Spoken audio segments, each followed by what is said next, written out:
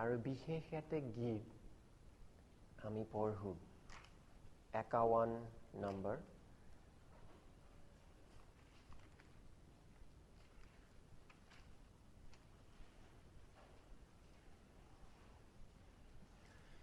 আৰু মই খুব চেষ্টা কৰোঁ যাতে এই বিষয় সবৰ বাবে মানে এটাৰ ফল আহিব এটাৰ মূল অৰ্থ কি এই অধ্যায় গীতমালাত 51 এই নম্বৰ আৰু এই গীত মানে খ্ৰীষ্টান সমাজৰ মাজত বহুত জনজাত এই গীত আচলতে পাপৰ ক্ষমাৰ ওপৰত লিখা আছে তো এইটো পঢ়াৰ আগতে মই অলপ মানে কিছু বিস্তাৰিত ক'ব লাগিব এই গীত ক'ৰ পৰা আহিছে কাৰণ এইটোৰ পিছফালে এইটোৰ আগতে বিশেষ এটা দুৰ্ঘটনা ঘটিলে বিশেষ এটা পাপ হৈছে এজন মানুহ আছিল এজন মানুহ তেওঁ এজন ৰজা আছিল দাউদ পাইছে পেজ নম্বৰ হৈছে 648 648 51 অধ্যায়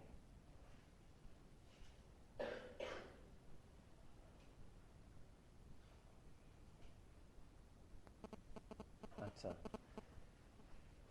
এই অধ্যায় আমি পঢ়ো কিন্তু এইটো পঢ়াৰ আগতে আচলতে মই ক'ব লাগিব এই ব্যক্তি কোন দাউদ ৰজা এইটো লিখিছিলে দাউদ ৰজা কোন তো বাইবেলৰ ভিতৰত দুটা অংশ আছে পুৰণি নিয়ম আৰু নতুন নিয়ম যীশু খ্ৰীষ্টৰ জন্মত আৰম্ভ কৰে এইটোৰ আগতে কিছুমান ভাৱবাদী আছিলে কিছুমান পবিত্ৰ মানুহ আছিলে মানে যাৰ লগত ঈশ্বৰে কথা পাতিলে দাউদ এজন আছিল দাউদ এজন বিশ্বাসী দাউদ ঈশ্বৰক জানিছিলে এজন ধাৰ্মিক মানুহ হৈ গ'ল কিন্তু কথাটো হ'ল কি তেওঁৰ জীৱনত তেওঁ আচলতে প্ৰভুক মানে ভাল পালে প্ৰভুৰ কথা মানিছিলে প্ৰভুৰ আজ্ঞাৰ ভিতৰত চলিছিলে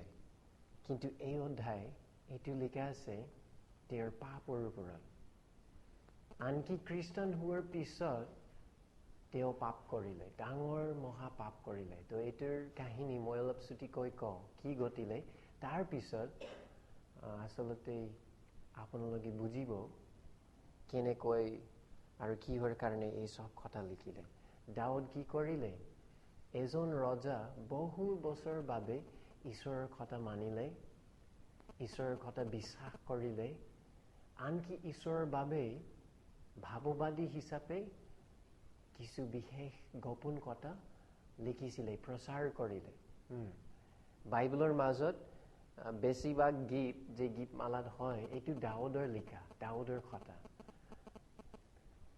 কিন্তু এদিন কি হ'ল ৰজা হোৱাৰ বাবে তেওঁৰ গোটেই মানে সেনাবাহিনী গোটেই মানে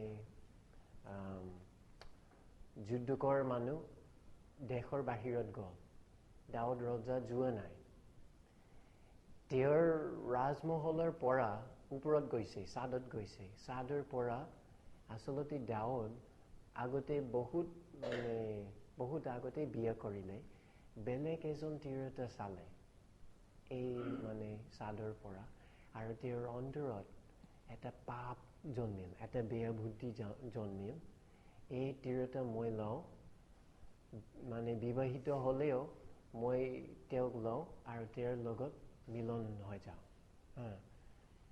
তেওঁ কৰিছিলে তাৰপিছত এই মাইকী মানুহজনী গৰ্ভৱতী হৈ গ'ল গৰ্ভৱতী হোৱাৰ পিছত বুজি পালে যে কিবা এটা কাম কৰিব লাগিব নহ'লে সব মানুহে জানে তেওঁৰ স্বামী জানিব এই গোটেই দেশ মোৰ বাবে এইটো দুৰ্নাম হ'ব তো দাউদ কি কৰিলে সি জানিছিলে যদি সি আজ্ঞা বা আদেশ দিয়ে যুদ্ধৰ সময়ত যে এই মাইকীৰ মানে স্বামী বেছি বিপদজনক জাগা যুদ্ধৰ সময়ত যেন সি যাব আৰু মৰিব তো এই আদেশ দিলে আৰু এইটো ঘটিলে তেওঁৰ স্বামীক ঠিক দাউদৰ ইচ্ছাৰ দৰে মৰিলে তো দাউদ আচলতে সেই মানুহজনক মানে বধ কৰা নাই কিন্তু এইটো তেওঁৰ ইচ্ছা আছিল মানে যাতে সি বিপদত পৰিব আৰু হঠাতে মৰিব এইটো দাউদৰ ইচ্ছা এটা গোপনকৈ এটা চিঠি পঠালে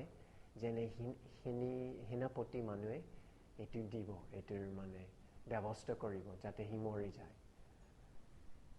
তো এইটো কৰাৰ পিছত দাউদ ৰজা বিশ্বাসী হলেও এই পাপ যেন গোপন থাকে খুব চেষ্টা কৰিলে আৰু নিজৰ দুখ নিজৰ পাপ স্বীকাৰ কৰা নাই কাকো নকলে কিন্তু প্ৰভু জানে আৰু বাইবেলত লিখা আছে এই কাম প্ৰভুৰ চকুত মন্দ আছিল বহুত বেয়া আছিল ঘিনলগীয়া লিখা আছে তো অৱশেষত কি হ'ল এই ওপৰত লিখা আছে প্ৰধান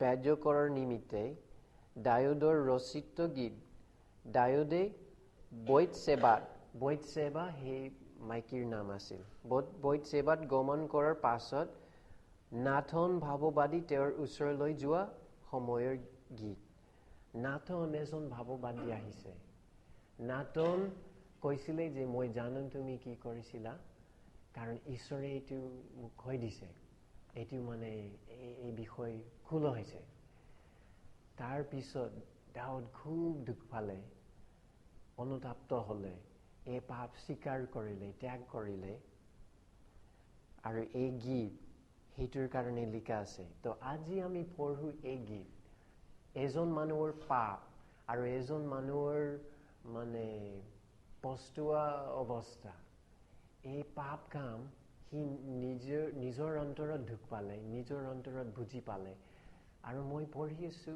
কিয় কাৰণ মই জানো আগতে যি মই কৈছিলো পুৰণি নিয়মত যীশু খ্ৰীষ্ট নথকা হলেও পুৰণি নিয়মত যীশু খ্ৰীষ্টৰ শুভবাৰ্তা দেখা যায় মানে কি সব মানুহে যীশুৰ পৰা উদ্ধাৰ পাব লাগিব ক্ষমা পাব লাগিব কেনেকৈ সম্ভৱ এজন পাপী মানুহ ক্ষমা পাব তো নতুন নিয়মত স্পষ্টকৈ লিখা আছে যীশুৰ জীৱন যীশুৰ কাহিনী যীশু কি কৰিলে আমাক ত্ৰাণ কৰিবলৈ উদ্ধাৰ কৰিবলৈ আনকি পুৰণি নিয়মত অলপ গভীৰভাৱে যদি আমি মানে পঢ়ো এইটোও দেখা যায় ইয়াতে আৰু এইটো আমাক পুৰণি নিয়মত যি লিখা আছে এইটোও আমাক সহায় কৰিব তো আমি পঢ়ো এক পদৰ পৰা হে ঈশ্বৰ তোমাৰ দয়া অনুসাৰে মোক কৃপা কৰা তোমাৰ প্ৰচুৰ অনুগ্ৰহৰ দৰে মোৰ পাপ মোচন কৰা মোৰ অধৰ্মৰ পৰা মোক সম্পূৰ্ণকৈ ধুই পেলোৱা মোৰ পাপৰ পৰা মোক শুচি কৰা কিয়নো মোৰ অপৰাধবোৰ মই নিজেই জানিছো মোৰ পাপ সদায় মোৰ আগতে আছে তুমি তোমাৰ বাক্যত ধাৰ্মিক আৰু তোমাৰ বিচাৰত নিৰ্দোষী হবৰ নিমিত্তে তোমাৰ বিৰুদ্ধে অকল তোমাৰে বিৰুদ্ধে মই পাপ কৰিলো আৰু তোমাৰ দৃষ্টিত যি ঘিনলগীয়া তাকে কৰিলো চোৱা অধৰ্মতে মোৰ জন্ম হ'ল মোৰ মাতৃয়ে মোক পাপতে গৰ্ভ ধাৰণ কৰিলে চোৱা তুমি আন্তৰিক সত্যতাত সন্তোষ পাওঁতা তুমি মোক অন্তৰত জ্ঞান শিকা দিবা তুমি এসব বনেৰে মোক পাপৰ পৰা মুক্ত কৰা তাতে মই সুচী হ'ম মোক ধোৱা তাতে মই হিমতকৈও বগা হ'ম তুমি গুৰি কৰা অস্থিৰবোৰ যেন উল্লাসিত হয় এই নিমিত্তে তুমি মোক উল্লাস আৰু হৰিহৰ ধ্বনি শুনোৱা। মোৰ পাপসমূহৰ পৰা তোমাৰ মুখ ঢাকা। মোৰ সকলো অধৰ্ম মোচন কৰা। হে ঈশ্বৰ, মোত শুদ্ধ মন সৃষ্টি কৰা। মোৰ অন্তৰত সুস্থিৰ আত্মা পুনৰাই জন্মোৱা। তোমাৰ সন্মুখৰ পৰা মোক দূৰ নকৰিবা। তোমাৰ পবিত্ৰ আত্মা মোৰ পৰা নিনিবা। তোমাৰ পৰিত্ৰাণৰ আনন্দ মোক পুনৰাই দান কৰা আৰু উদাৰ আত্মা দি মোক ধৰি ৰাখা। তাতে মই অপৰাধীবোৰক তোমাৰ পথ শিকাম আৰু পাপীবোৰ তোমালৈ পালটিব। হে ঈশ্বৰ, হে মোৰ পৰিত্ৰাণৰ ঈশ্বৰ, ৰক্তপাতৰ দুখৰ পৰা মোক উদ্ধাৰ কৰা। তাতে মোৰ জিহ্বাই তোমাৰ ধাৰ্মিকতাৰ বিষয়ে বৰ মাতেৰে গান কৰিব। হে প্ৰভু, মোৰ ওঠ মুকলি কৰা। তাতে মোৰ মুখে তোমাৰ প্ৰশংসা প্ৰকাশ কৰিব। কিয়নো তুমি বলিদানত সন্তুষ্ট নোহোৱা, নতুবা তাক দিলোহেঁতেন। হোম বলিত তোমাৰ প্ৰীতি নাই। ঈশ্বৰৰ বলি ভগ্ন মন, ভাঙা মন। হে ঈশ্বৰ, তুমি ভগ্ন আৰু খেদিত চিত্তক অগ্ৰাহ্য নকৰা। তুমি তোমাৰ অনুগ্ৰহেৰে চিয়নৰ শুভ কৰা। তুমি জেৰুজালেমৰ গড় নিৰ্মাণ কৰা। তেতিয়া তুমি ধাৰ্মিকতাৰ বলি, হোম আৰু পূৰ্ণাহুতিত সন্তুষ্ট হবা। তেতিয়া লোকে তোমাৰ যজ্ঞবেদীৰ ওপৰত ভতৰা উৎসৰ্গ কৰিব। আমেন। তো ইয়াতে আমি কি পঢ়িছিলোঁ? এই গীত এজন মানুহ তেওঁৰ নিজৰ দুখ বুজি পেলালে, তেওঁৰ নিজৰ পাপ দেখিলে, তেওঁৰ নিজৰ বেয়া অৱস্থা, তেওঁৰ নিজৰ বেয়া অন্তৰ বুজি পাইছে আৰু স্বীকাৰ কৰিলে। এইটো আচলতে এটা উদাহৰণ সব মানুহৰ বাবে। দাউদৰ নিজৰ অভিজ্ঞতা আছিল, কিন্তু আজিকালি এতিয়াও গুৰুত্বপূৰ্ণ। আজিৰ বাবে, আমাৰ সকলোৰ বাবে এই কথা বহুত গুৰুত্বপূৰ্ণ হয়। কাৰণ এটা এটা ছবি, এটা এটা উদাহৰণ। যদি এই মানুহৰ পৰা আমি শিকাও, ঠিক তেনেদৰে আমিও উদ্ধাৰ পাব পাৰোঁ। সি এজন বিশ্বাসী হ'লেও সব মানুহৰ বাবে, যিজনে যীশুখ্ৰীষ্টৰ বাহিৰত, সিহঁতৰ বাবেও এইটো একেই অৱস্থা, কাৰণ আমি সকলো পাপী। তো এই গোটেই অধ্যায়ৰ ওপৰত মই প্ৰচাৰ নকৰোঁ, কিন্তু কিছু বিশেষ পদ মই অলপ দেখাই দিওঁ। বাইবেলৰ মাজত লিখা আছে, ক্ষমা পোৱাৰ বাবে, উদ্ধাৰ পোৱাৰ বাবে দুটা বিষয়, দুটা দায়িত্ব সকলো মানুহৰ বাবে ৰৈ আছে। প্ৰথম হৈছে অনুতপ্ত হোৱা, দ্বিতীয় হৈছে বিশ্বাস কৰা। তো এই অধ্যায়ৰ ভিতৰত উভয় দেখা যায়।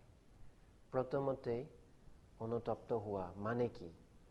3 পদ, 3 নম্বৰ, 4 নম্বৰ, 8 নম্বৰ।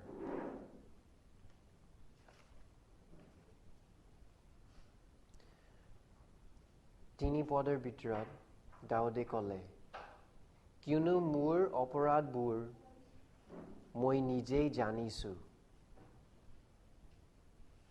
মোৰ অপৰাধবোৰ মই নিজেই জানিছোঁ।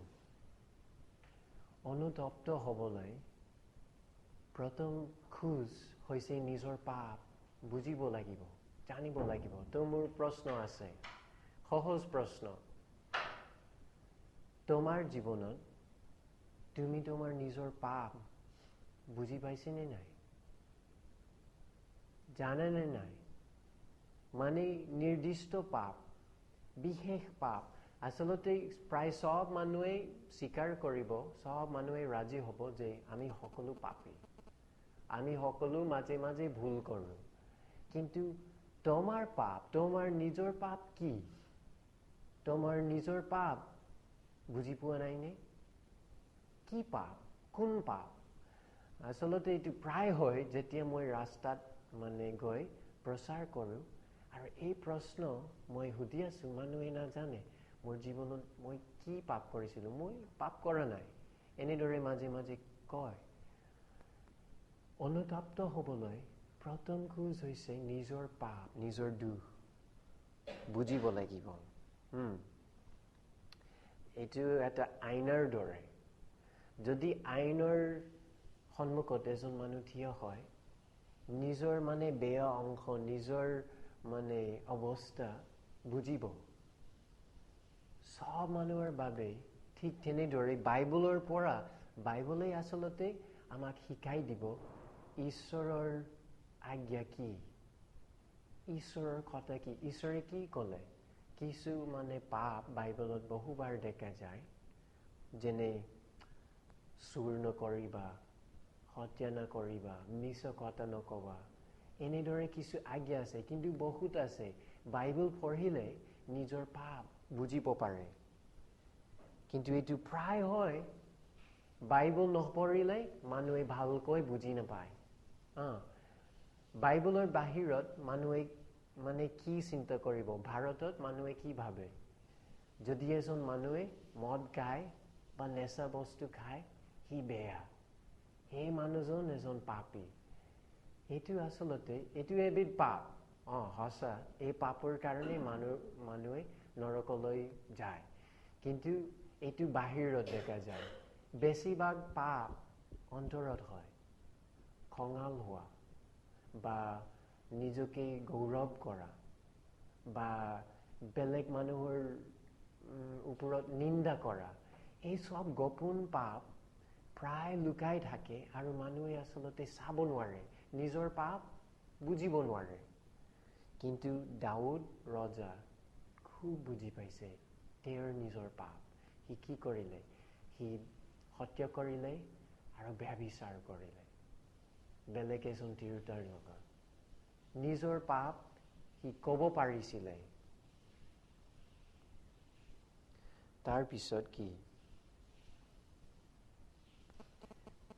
মোৰ পাপ ৩ নম্বৰ, মোৰ পাপ সদায় মোৰ আগতে আছে। মোৰ পাপ সদায় মোৰ আগতে আছে। এইটোৰ অৰ্থ কি?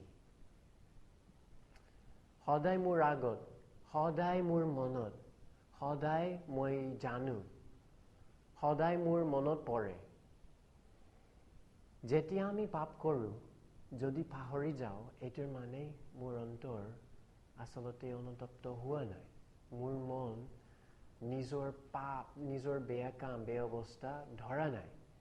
যদি মই জানো তাৰপিছত পেলাই দিওঁ এই চিন্তা, যেতিয়া ঈশ্বৰে উদ্ধাৰ কৰে কি হ'ব? এজন মানুহে খুব চিন্তা কৰিব নিজৰ জীৱন লৈ, নিজৰ পাপ লৈ, আৰু বাৰে বাৰে এই দুখ, বাৰে বাৰে এই পাপ কাম পস্তাব। এইটো আকৌ মনত আহিব।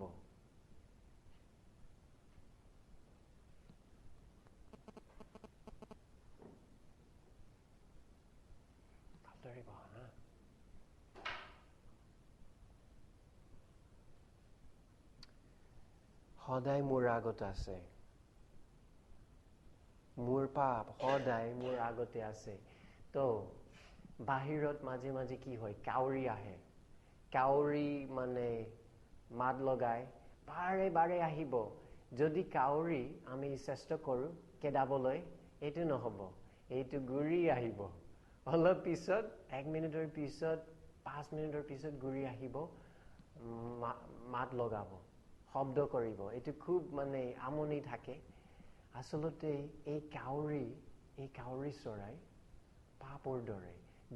যেতিয়া ঈশ্বৰে আমাৰ অন্তৰত কাম কৰে, আমাৰ পাপ সদায় উভতি আহিব, এই চিন্তা। আৰু আচলতে এই অৱস্থা ভাল হ'ব। কাৰণ যদি আমি পাহৰি যাওঁ, তেনেহ'লে ক্ষমা পোৱাৰ বাবে আমাৰ বেছি আগ্ৰহ নাথাকিব। তাৰপিছত কি লিখা আছে? 4 নম্বৰ, তুমি তোমাৰ বাক্যত ধাৰ্মিক আৰু তোমাৰ বিচাৰত নিৰ্দোষী হবৰ নিমিত্তে তোমাৰ বিৰুদ্ধে অকল তোমাৰে বিৰুদ্ধে মই পাপ কৰিলো। পাপ ঈশ্বৰৰ বিৰুদ্ধে হয়। আচলতে মানুহে প্ৰায় বুজি নাপায় এই বিষয়।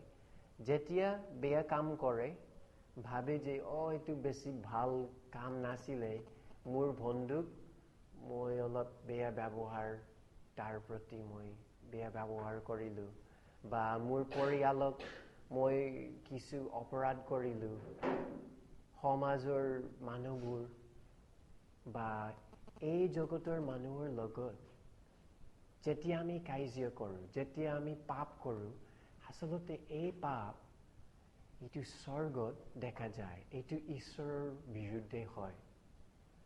পাপ ইমান বেয়া, ইমান বিপদজনক, কাৰণ এইটো ঈশ্বৰৰ বিৰুদ্ধে। দাউদ ৰজাই কি কৰিলে? হত্যা কৰিলে আৰু ব্যভিচাৰ কৰিলে। তো নিশ্চয় এই তিৰোতাৰ বিৰুদ্ধে পাপ কৰিলে, তেওঁৰ স্বামীৰ বিৰুদ্ধে পাপ কৰিলে। এই দেশ, কাৰণ সি ৰজা আছিল, এই দেশখনৰ বিৰুদ্ধে, এই দেশৰ দুখীয়া অৱস্থা, বেয়া অৱস্থা হৈ গ'ল তেওঁৰ পাপৰ বাবে। কিন্তু দাউদ ৰজাই অন্তৰত বুজি পালে এই পাপ গভীৰভাৱে আচলতে মূল দুখৰ বিষয় আছিল, যিটো ঈশ্বৰৰ বিৰুদ্ধে আছিল। বাইবেলত লিখা আছে, আৰু যীশুৱে ক'লে, মানুহে ঈশ্বৰক ঘৃণ কৰে, মানুহে ঈশ্বৰক বেয়া পায়। আৰু এইটো সঁচা। আচলতে খ্ৰীষ্টান ধৰ্মত এইটো বহুত বেলেগ। সব বেলেগ ধৰ্মত কি হয়? সব বেলেগ ধৰ্মত এনে শিক্ষা পাওঁ যে এইটো মানুহক ওপৰত লৈ যায়, নিজৰ পৰিচয়, নিজৰ গৌৰৱ অলপ বাঢ়ি দিয়ে। কিন্তু বাইবেলৰ মাজত যেতিয়া ঈশ্বৰৰ বাক্য আমি শুনো আৰু বুজো, আমাৰ অৱস্থা বহুত তললৈ যায়। আমাৰ পৰিচয় আমি বুজি পাওঁ, মই এজন পাপী। ইমান গুৰুত্বপূৰ্ণ, ইমান ডাঙৰ বিষয় পাপ। সব বেলেগ ধৰ্ম, হিন্দু হওক, মুছলমান হওক, বুদ্ধ হওক, পাপ সিহঁতৰ বাবে ডাঙৰ বিষয় নহয়। খ্ৰীষ্টানৰ বাবে আৰু আচল সত্য ঈশ্বৰৰ বাবে পাপ ইমান বেয়া, এইটো দেখা যায়। মানুহে আচলতে কি কৰে? ঈশ্বৰক প্ৰশংসা নকৰে, ঈশ্বৰক সেৱা নকৰে, ঈশ্বৰৰ লগত কাজিয়া কৰে আৰু ঈশ্বৰক বেয়া পায়। এইটো প্ৰত্যেক মানুহজনৰ অন্তৰ। জন্মৰ পৰা আমাৰ অৱস্থা ইমান ঈশ্বৰৰ কথা নুশুনে, অবাধ্য হৈ যায়। আচলতে ইমান অহংকাৰী যে আমি ভাবোঁ মই নিজেই ঈশ্বৰৰ দৰে, মোৰ নিজৰ জীৱন মই চলাওঁ, মোৰ নিজৰ ইচ্ছা মই পূৰ্ণ কৰোঁ, আৰু ঈশ্বৰৰ কথা শুনিব নালাগে। মানুহে ঈশ্বৰক বেয়া পায়। যীশুৱে ক'লে, মানুহে আন্ধাৰত থাকে। যীশুৱে কৈছে, মই এই পৃথিৱীৰ পোহৰ। মই ইয়াতে আহিছিলোঁ, স্বৰ্গৰ পৰা মই ইয়াতে আহিছিলোঁ, কিন্তু মানুহে মোলৈ নাহে, মোৰ ওচৰলৈ নাহে। কিয়? কাৰণ মানুহে পোহৰ বেয়া পায়। মানুহে জানে, যদি পোহৰ ভিতৰত মই সোমাওঁ, মোৰ চব পাপ দেখা যাব, মোৰ চব বেয়া অৱস্থা চব মানুহে গম পাব। বাইবেলত লিখা আছে, আমি পাপ নাই বুলি যদি কওঁ, ঈশ্বৰক এজন মিছলীয়া আমি পাতাও। মানে কি? যদি মই কৈছোঁ মই পাপী মানুহ নহওঁ, মই ধাৰ্মিক মানুহ, মই সৎ মানুহ, মই সদায় ভাল কাম কৰোঁ, ধৰ্ম কাম কৰোঁ, এইটো আচলতে কি? এইটো মিছা কথা। ঈশ্বৰে কৈছে মানুহে পাপ কৰিলে, আমি যদি আমাৰ পাপ অস্বীকাৰ কৰোঁ, এইটোও এটা পাপ। এইটোৰ মানে যে মই ঈশ্বৰতকৈ জ্ঞানী, মই ঈশ্বৰতকৈ সঁচা, মই কৈ আছো মোৰ পাপ নাই, এইটো নচলিব। ঈশ্বৰে এজন মিছলীয়া নহয়, তেওঁৰ বাক্য সঁচা হয়। হিতোপদেশত লিখা আছে মানুহে কি কৰে, যেতিয়া ভুল কাম কৰে, যেতিয়া বিপদত পৰে বা দুৰ্ভাগ্য অৱস্থা আহে, মানুহে ঈশ্বৰক অপমান কৰে আৰু সিহঁতৰ অন্তৰ খুব ক্ৰোধ আৰু খং জন্মায় ঈশ্বৰৰ বিৰুদ্ধে। আমেৰিকাত যদি তোমালোকে যোৱা আমেৰিকাত, সব মানুহক সুধিব পাৰে তুমি ঈশ্বৰক ভাল পোৱা নেকি? সব মানুহে উত্তৰ দিব ভাল পোৱা। প্ৰায় সব মানুহ ক'ব। কিন্তু আচলতে কি অৱস্থা?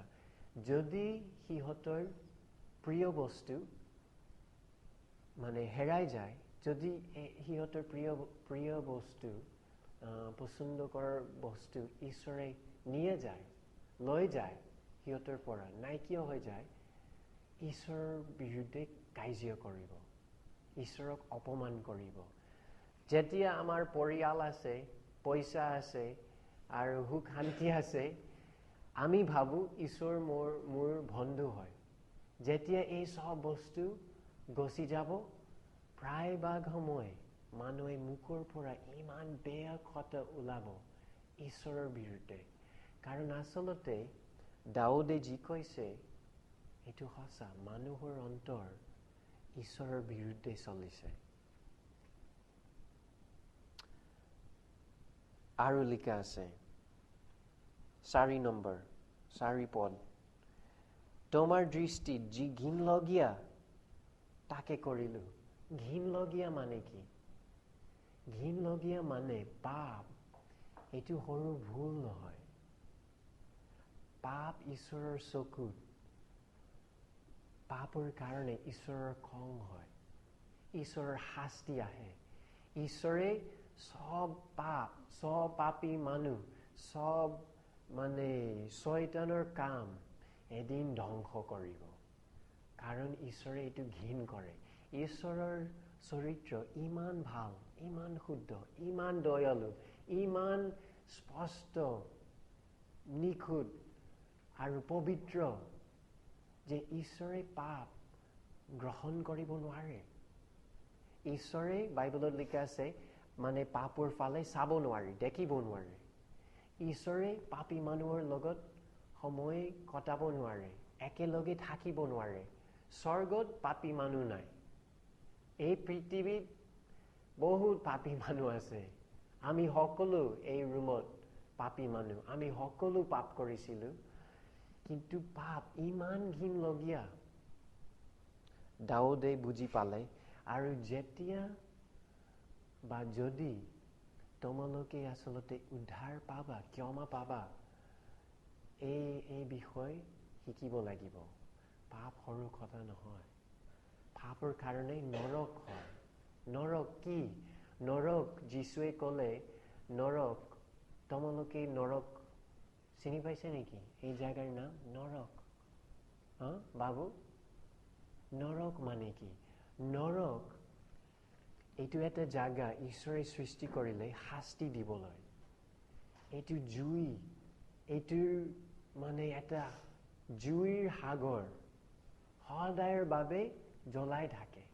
সদায়ৰ বাবে ঈশ্বৰৰ শাস্তি তাতে পৰিব। ঈশ্বৰৰ প্ৰেম তাতে নাথাকে, ঈশ্বৰৰ আশীৰ্বাদ উপস্থিতি তাতে নাথাকে। এই সব স্বৰ্গত, কিন্তু নৰকত এইটো সদায়ৰ বাবে। কাৰণ পাপ ঘিনলগীয়া। দাউদে বুজি পালে, আমিও বুজি পাব লাগিব। কিছুমান মানুহে বাহানা বনায়, যেতিয়া পাপ কৰে ক'ব যে মই বেয়া কাম কৰিছিলো, কিন্তু আমি সকলো পাপী। আমি সকলো পাপী মানে কি? আমি সকলো পাপী, অৰ্থাৎ আমি সকলো বেছি বেয়া নহয়, একেই অৱস্থা। কিন্তু এইটো সঁচা নহয়। বা ইংলিছ এটা শব্দ আছে, মানুহে কি কয়? No one is perfect. No one is perfect.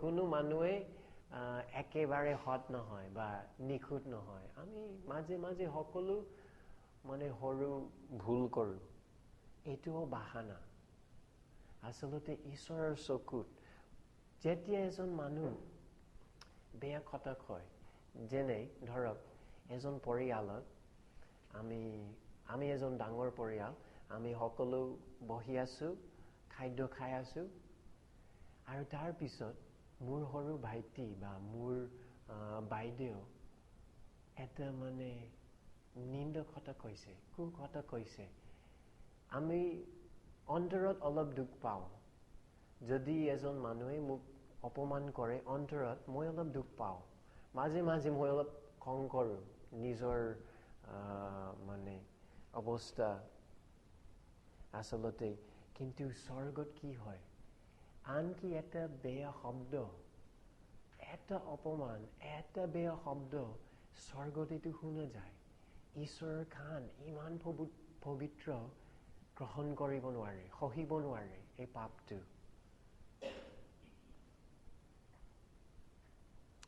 তাৰ পিছত কি লিখা আছে 4 নম্বৰ তোমাৰ বিচাৰত নিৰ্দোষী হবাৰ নিমিত্তে অলপ আগতে লিখা আছে তুমি তোমাৰ বাক্যত ধাৰ্মিক আৰু তোমাৰ বিচাৰত নিৰ্দোষী এটাৰ মানে কি যেতিয়া ঈশ্বৰে বিচাৰ কৰে যেতিয়া ঈশ্বৰে পাপ শাস্তি দিয়ে এইটো ঈশ্বৰৰ বাবে ভুল কাম নহয় বেয়া কাম নহয় আচলতে এইটো ঠিক এইটো ন্যায় বাইবেলত লিখা আছে সি আমাৰ বিচাৰক হয় ন্যায় বিচাৰক পইচা নাখাব পইচা নল'ব ঈশ্বৰে শাস্তি দিব লাগিব এইটো তেওঁৰ দায়িত্ব আৰু যিজনে আচলতে উদ্ধাৰ পাব প্ৰথমতে পাপ স্বীকাৰ কৰিব লাগিব আৰু আচলতে সিহঁতৰ নিজৰ বিৰুদ্ধে ঈশ্বৰৰ লগত থাকিব লাগিব নিজৰ বিৰুদ্ধে হ'ব লাগিব ঈশ্বৰৰ কথা যেতিয়া ঈশ্বৰে কয় তুমি এজন পাপী আমি ক'ব লাগিব প্ৰভু যি তুমি কৈছিলা এইটো ঠিক মই এজন পাপী যদি প্ৰভুৱে কয় তুমি এই পাপ কাম কৰিছিলা তুমি অহংকাৰী তুমি লোভীয়া তুমি মিছলীয়া তুমি এজন খঙাল মানুহ তুমি এজন তোমাৰ মন ইমান লেতেৰা ইমান বেয়া ক'ব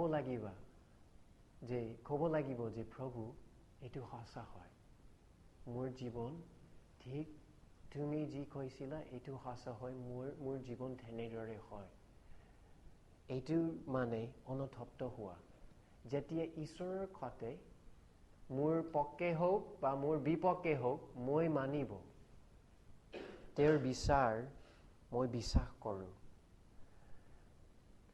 যেতিয়া আমি বুজো যে নৰকলৈ যোৱাৰ বাবে আমি যোগ্য হওঁ সেই সময়তে আমি ক্ষমা পাব পাৰোঁ সেই সময়তে এইটো দেখা যাব মোৰ নিজৰ পাপ মই বুজি পেলালো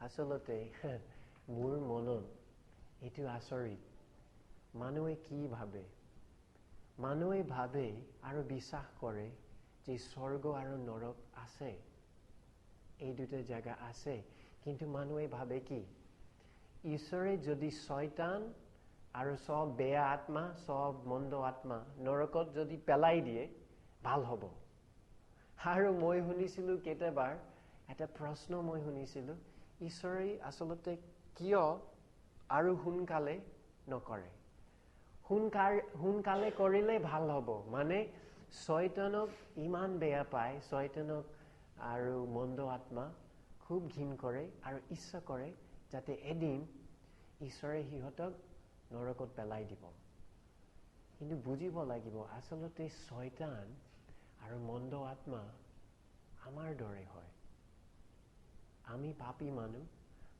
মানুহ আৰু পাপী আত্মা বা বেয়া আত্মা আচলতে পাৰ্থক্য কি বেছি নাই আমাৰ এটা শৰীৰ আছে সিহঁতৰ নাই আত্মা হয় দেখা নাযায় কিন্তু শয়তান আচল হয় এদিন ঈশ্বৰে শয়তানক বিশ্বাস কৰিব কিন্তু পাপী মানুহ নিজৰ মানে নিজকে ধাৰ্মিক বুলি ভাবৰ কাৰণে চিন্তা কৰে যে নৰকত যদি ঈশ্বৰে মোক পেলাই দিয়ে এইটো বেয়া হ'ব, এইটো ঠিক নহ'ব। নিজৰ পাপ বুজিব লাগিব। আৰু শেষৰ কথাটো কি? 8 নম্বৰ, তুমি গুৰি কৰা অস্থিৰবোৰ যেন উল্লাসিত হয়, এই নিমিত্তে তুমি মোক উল্লাস আৰু হৰিহৰ ধ্বনি শুনোৱা। আচলতে এইটো কি বুজাইছে?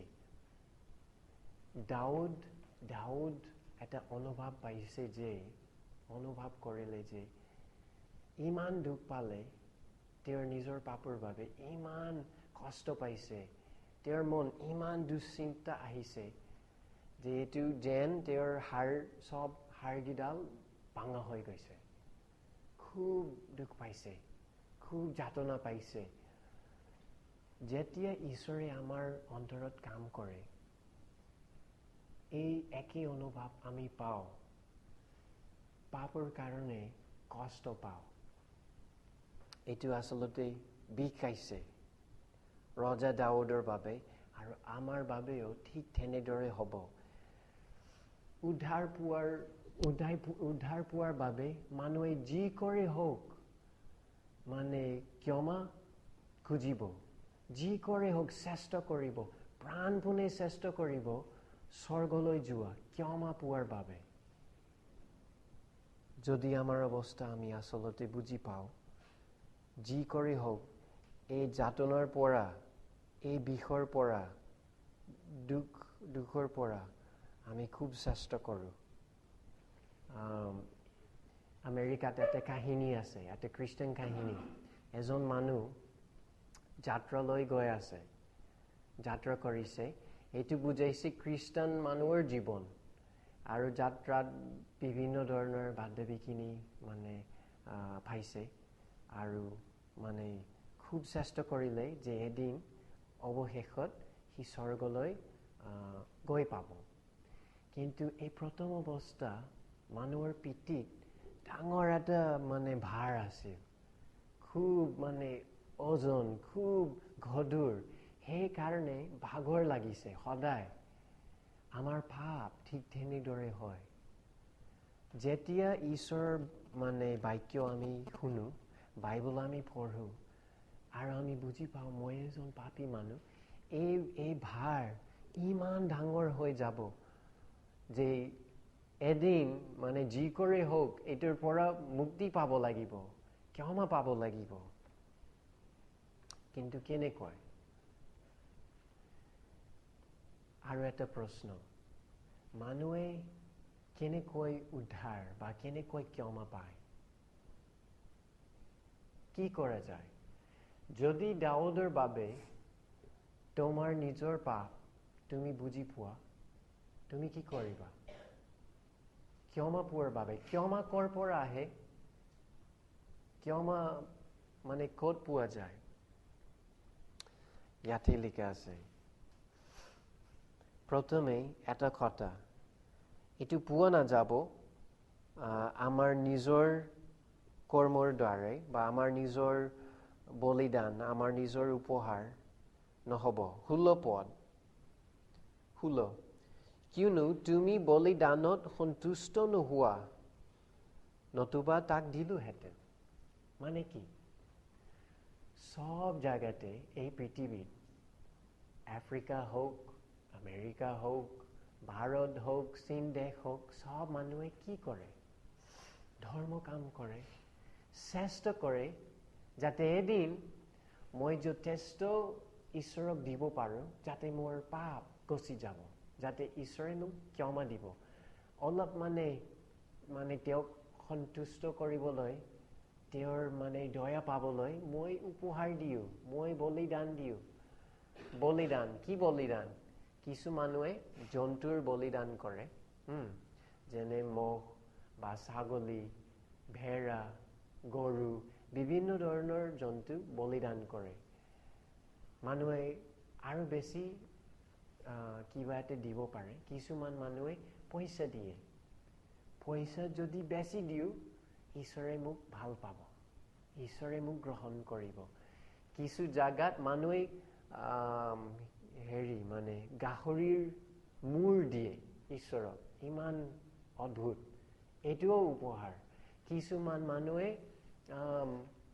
ফল ফুল দিয়ে ফুল বিভিন্ন জায়গা ৰাষ্ট্ৰৰ পৰা মানে হেৰি মানে সংগ্ৰহণ কৰে আৰু ঈশ্বৰক দিয়ে কিছুমান মানুহে নিজৰ প্ৰাৰ্থনা বা মুছলমান মানুহে নিজৰ নামাজ বা নিজৰ বিভিন্ন ধৰ্ম কৰ্ম আছে মানুহে ভাবে বলিদান হিচাপে ঈশ্বৰে এইটো গ্ৰহণ কৰিব আৰু ভাল পাব মোক আশীৰ্বাদ দিব বা মোক ক্ষমা কৰিব বাইবেলত বহুবাৰ লিখা আছে মানুহৰ আচলতে উপহাৰ নাই দিবলৈ যদি আমি দিও এটো আমাৰ পাপৰ সম্পৰ্ক আমাৰ পাপৰ লগত সম্বন্ধই নাই সম্পৰ্ক নাই যদি আমি দিও এটো কেতিয়াও যথেষ্ট নহব আমাৰ পাপ মানে মোচন কৰিবলৈ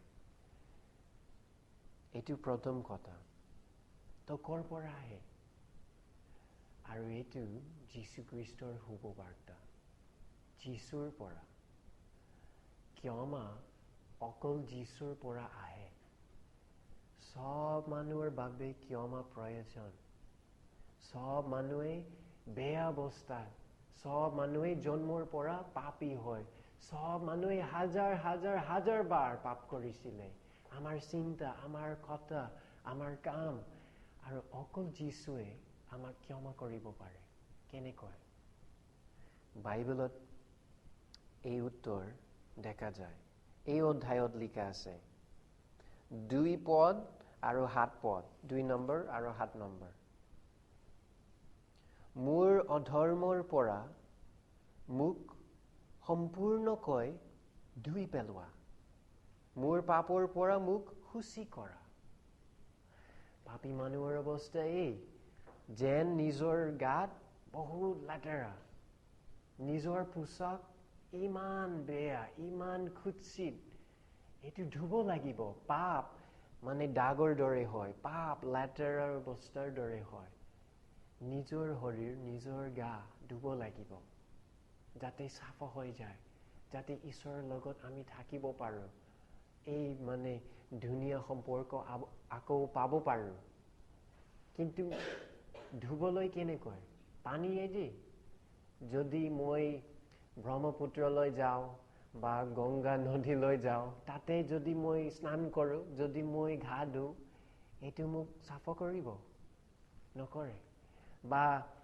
চাবোন যদি বিশেষ দামী দামী চাবোন মই ইউজ কৰোঁ এটো নহব এটো আমাৰ প্ৰাণৰ সম্পৰ্ক নাই এটো আমাৰ শৰীৰ পানী চাবোন আমাৰ শৰীৰৰ বাবে কিন্তু আমাৰ প্ৰাণ কি বস্তু আছে যে আমাৰ প্ৰাণ সাফা কৰিব পাৰে কি বস্তু 7 পদ চাও তুমি এসুব বনেৰে মোক পাপৰ পৰা মুক্তি কৰা তাতে মই হুচি হম মুখ ধোৱা তাতে মই হিমতকৈও বগা হম তো এই বস্তু কি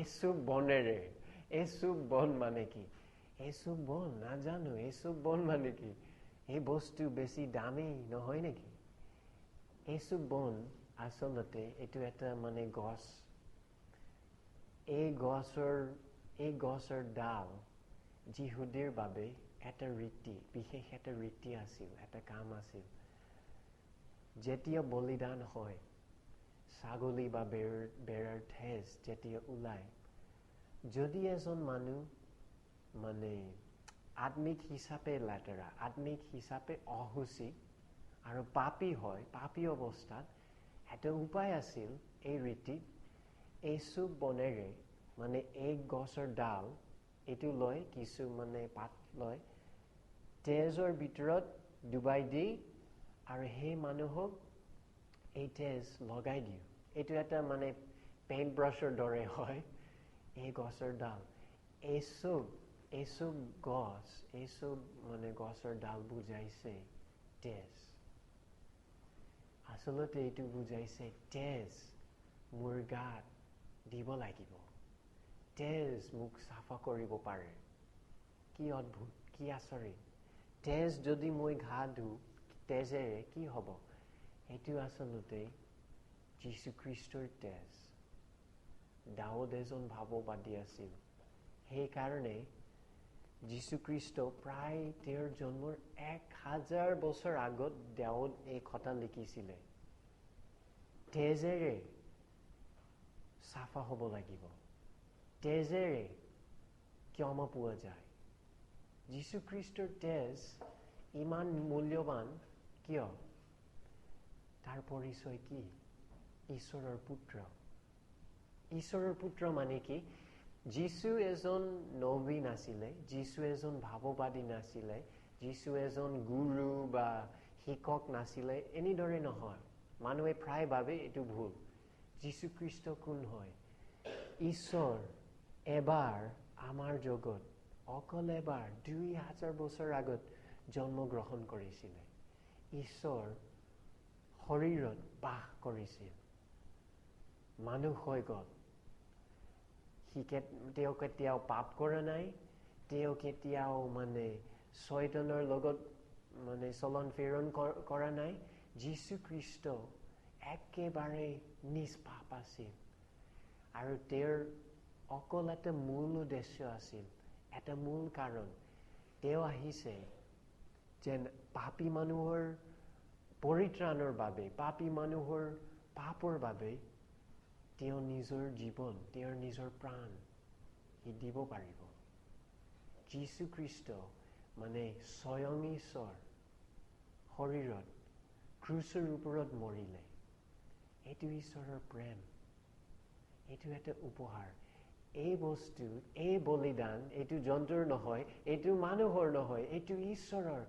ঈশ্বৰৰ তেজ, ঈশ্বৰৰ প্ৰাণ, ঈশ্বৰৰ জীৱন বেয়া পাপী মানুহৰ বাবে, যাতে আমি শাস্তি নাপাওঁ, যাতে আমাক ঈশ্বৰে বিচাৰ নকৰে, যীশুখ্ৰীষ্টই নিজৰ তেজ দিলে। এইটোৰেদি যদি আমি ঘা ধুওঁ চাফা হৈ যাব। যদি মই বিশ্বাস কৰোঁ, বাইবেলত লিখা আছে যীশুখ্ৰীষ্টৰ তেজ মোৰ ওপৰত থাকিব, আহিব, আৰু এইটো মোৰ গোটেই পাপ দূৰ কৰিব, মোৰ গোটেই পাপৰ বাবে। কাৰণ পাপ ঈশ্বৰে শাস্তি দিব, ধ্বংস কৰিব। বাইবেলত লিখা আছে যি প্ৰাণীয়ে পাপ কৰে সেই প্ৰাণীহে মৰিব। এইটো ঈশ্বৰৰ আইন, এইটো হ'ব লাগিব। কিন্তু যীশুখ্ৰীষ্টৰ ভিতৰত এইটো পূৰ্ণ হৈ গৈছে। যীশুখ্ৰীষ্ট মৰিলে আমাৰ পাপৰ বাবে, আৰু এতিয়া আমি মুক্তি পাইছোঁ। দাউদ ৰজা বুজি পেলাইছে, জানিছিলে তেওঁৰ বেয়া পাপৰ পৰা যদি সি মুক্তি পায়, অকল এটা উপায় আছে, তেজ, উদ্ধাৰকৰ্তাৰ তেজ। তো এতিয়া মই শেষ হৈ আছোঁ, আৰু বেছি কথা নাই। মূল শিক্ষা এই, পুৰণি নিয়মত হ'লেও এইটো যীশুখ্ৰীষ্টৰ ওপৰত। সব মানুহে একে অৱস্থা, ডাঙৰ পাপী, বেয়া পাপী, তুচ্ছ পাপী। এদিন ঈশ্বৰৰ সন্মুখত আমি থিয় হওঁ বিচাৰ দিনত। যেতিয়া আমাৰ মৃত্যু হয়, যেতিয়া আমাৰ জীৱন শেষ হৈ যায়, ঈশ্বৰৰ আগত থিয় হ'ব লাগিব, ঈশ্বৰৰ সন্মুখত। বাহানা দিব নোৱাৰো, আমি বেলেগ কোনো উপায় নহ'ব, আমাৰ নিজৰ উপহাৰ দিব নোৱাৰো। ঈশ্বৰে এইটো গ্ৰহণ নকৰে। ঈশ্বৰে নিজে এই সমস্যা ঠিক কৰিবলৈ তেওঁৰ নিজৰ পুত্ৰ, ঈশ্বৰৰ পুত্ৰ পঠাই দিলে, যীশুখ্ৰীষ্ট। আমাৰ বাবে তেওঁ মৰিলে, আৰু এতিয়া পাপীবোৰ কি কৰিব লাগিব? তেওঁৰ ওপৰত বিশ্বাস কৰিব লাগে। দাউদৰ দৰে পাপ স্বীকাৰ কৰা, আৰু দাউদৰ দৰে তেওঁৰ তেজৰ ওপৰত বিশ্বাস কৰা। এই দুটা দায়িত্ব যদি আমি পালন কৰোঁ, সেই দিনত আমি ক্ষমা পাওঁ। আৰু বাইবেলত লিখা আছে আমাৰ পাপ, আমাৰ বেয়া অৱস্থা, আমাৰ কলা অন্তৰ, হিমতকৈও বগা হৈ যাম। একেবাৰে বগা, একেবাৰে চাফা। ঈশ্বৰে যেতিয়া আমাক চাই, পাপী মানুহে নেদেখে। ঈশ্বৰে যেতিয়া আমাক চাই, সম্পূৰ্ণৰূপে আমাক ক্ষমা দিলে, সন্তান হিচাপে আমাক গ্ৰহণ কৰে, প্ৰেম কৰে। ভৱিষ্যত আমাৰ জাগা আছে স্বৰ্গত, যাব পাৰোঁ, কাৰণ পাপ নাই, পাপ হৈ গ'ল, গুচি গ'ল। যেতিয়া আমি যীশুখ্ৰীষ্ট তেওঁৰ ওপৰত যেতিয়া আমি বিশ্বাস ৰাখোঁ, ঈশ্বৰৰ কথা, ঈশ্বৰৰ আশা, আমাৰ পাপ গুচি যাব। তেওঁ আমাক গ্ৰহণ কৰে। তেওঁ সেই দিনত সন্তুষ্ট হৈ যাব। আমেন। আমি প্ৰাৰ্থনা কৰোঁ।